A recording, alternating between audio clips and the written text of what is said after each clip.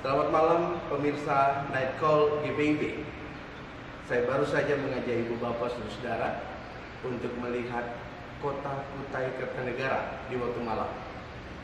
Kutai Kertanegara akan menjadi ibu kota negara kalau Tuhan berkenan.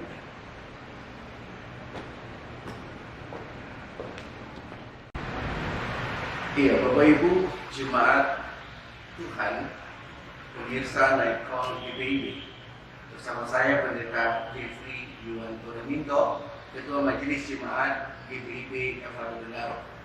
Malam ini saya akan mengajak Bapak Ibu untuk merenungkan firman Tuhan sebelum kita memasuki istirahat malam ini.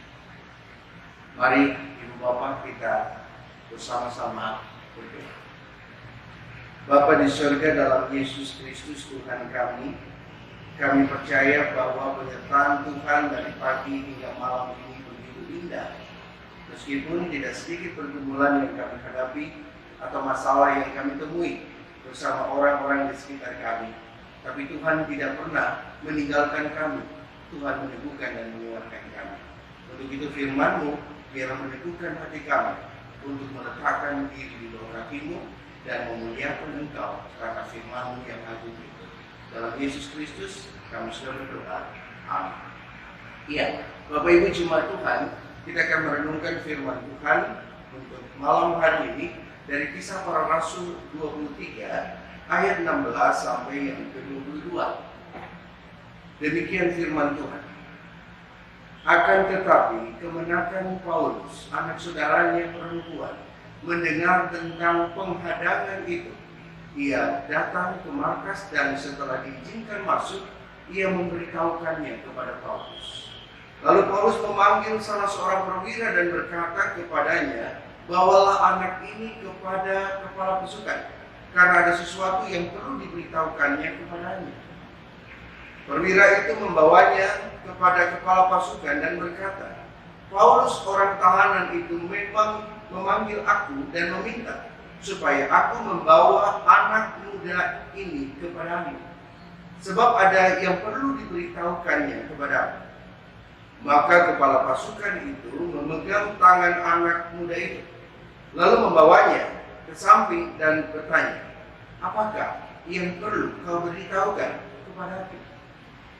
Jawabnya, orang-orang Yahudi telah bersepakat untuk meminta kepadamu supaya besok engkau menghadapkan Paulus lagi ke mahkamah agama, seolah-olah mahkamah itu mau memperoleh keterangan yang lebih teliti daripadanya. Akan tetapi janganlah engkau mendengarkan mereka, sebab lebih daripada 40 orang dari mereka telah siap untuk menghadang dia. Mereka telah bersumpah dengan mengutuk diri bahwa mereka tidak akan makan atau minum sebelum mereka membunuh dia. Sekarang mereka telah siap sedia dan hanya menantikan keputusanmu. Lalu kepala pasukan menyuruh anak muda itu pulang dan memerintahkan kepadanya, jangan katakan kepada siapapun juga bahwa engkau telah memberitahukan hal ini kepadaku. Demikian firman Tuhan. Iya, Bapak Ibu yang Tuhan Yesus kasihi, dari pagi hingga malam ini Bapak Ibu sudah melewati banyak perkara. Saya percaya itu. Bapak Ibu banyak menemui orang-orang yang sangat mengasihi Bapak Ibu. Bahkan tidak hanya itu, Bapak Ibu mungkin menemui juga orang-orang yang tidak menyukai Bapak Ibu dengan hati yang membenci. Dan coba renungkan, mana lebih enak kita hidup berjumpa dengan orang yang mengasihi kita, yang mau hidup dalam damai, atau berjumpa dengan orang-orang yang membenci kita. Tentu kita memilih bahwa orang-orang yang kita temui adalah orang-orang yang mengasihi dan yang membawa damai bagi kita. Lalu, kalau kita berjumpa dengan orang yang membenci kita, apa sikap kita? Itu menjadi pilihan kita. Apakah sikap kita menerima atau kita menolak mereka? Bacaan kita malam ini, sebelum kita beristirahat, kembali dalam perjalanan Rasul Paulus yang masih dalam tahanan tentara Roma. Dia lagi bergumul karena dia masih berhadapan dengan orang-orang yang membenci dia, orang-orang yang tidak menyukai dia, orang-orang yang ingin supaya Paulus dihabiskan supaya Paulus mengalami hukuman dan Paulus tidak ada bersama-sama mereka. Dan kebencian itu sangat membuat mereka ingin membunuh Paulus. Dan kalau kita lihat pada ayatnya yang ke-12. Dan setelah hari siang, orang-orang Yahudi mengadakan komplotan dan bersumpah dengan mengutuk diri bahwa mereka tidak akan makan dan minum sebelum mereka membunuh Paulus. Lihat, kebencian yang sangat untuk membunuh seorang Paulus. Tetapi saya mau katakan, apakah Paulus mati saat itu? Tidak. Ini banyak rencana-rencana untuk menghabisi seorang hamba Tuhan. Tetapi ketika rencana yang datang dari Bapa, dari Tuhan, tidak bisa dihalangi oleh pembenci. Pembenci tidak bisa menghancurkan apa yang menjadi niat Tuhan untuk hamba-hambanya. Nah, Bapak Ibu, saudara-saudara, pemirsa Naikol GBIB, malam ini kita diajak untuk merenungkan sepanjang hari ini. Kalau ada orang yang membenci Bapak Ibu, biarlah dia membenci. Tapi target kita bukan membuat orang itu tetap membenci kita. Target kita supaya orang itu melihat kasih Kristus di dalam kehadiran kita. Target orang percaya yang sudah diselamatkan Allah apa? Targetnya adalah membawa damai sejahtera dan sukacita. Tidak dipengaruhi dengan sikap orang yang membenci kita. Target kita sebagai orang percaya adalah membawa sukacita, bukan membawa kebencian. Karena ketika kita membawa sukacita damai sejahtera, kita akan merasakan bagaimana kehidupan pribadi kita. Persekutuan dalam keluarga, persekutuan di dalam gereja, dan hubungan kita dengan masyarakat menjadi indah dan luar biasa.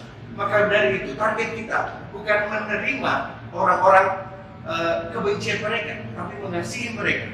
Ya, target kita membawa damai sejahtera bagi mereka.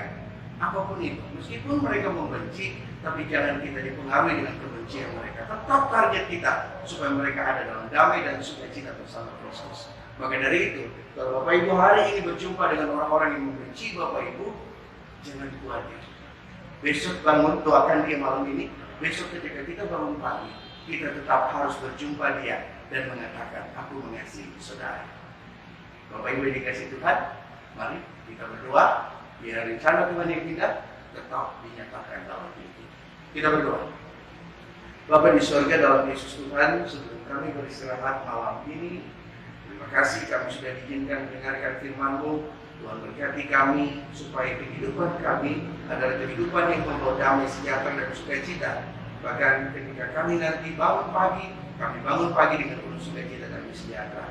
Ketika ada orang yang membenci kami, apa sikap kami? Kami harus mengasihi dia. Karena Tuhan lebih dulu mengasihi kami dan kami mengasihi mereka. Berkati malam istirahat kami, berkati keluarga kami, berkati persekutuan kami, berkati gereja GBIB secara sinodal dan gereja-gereja yang tetap memerintahkan nama. Terima kasih Bapak, ini doa kami. Dalam Yesus Tuhan kami sudah berdoa. Amin.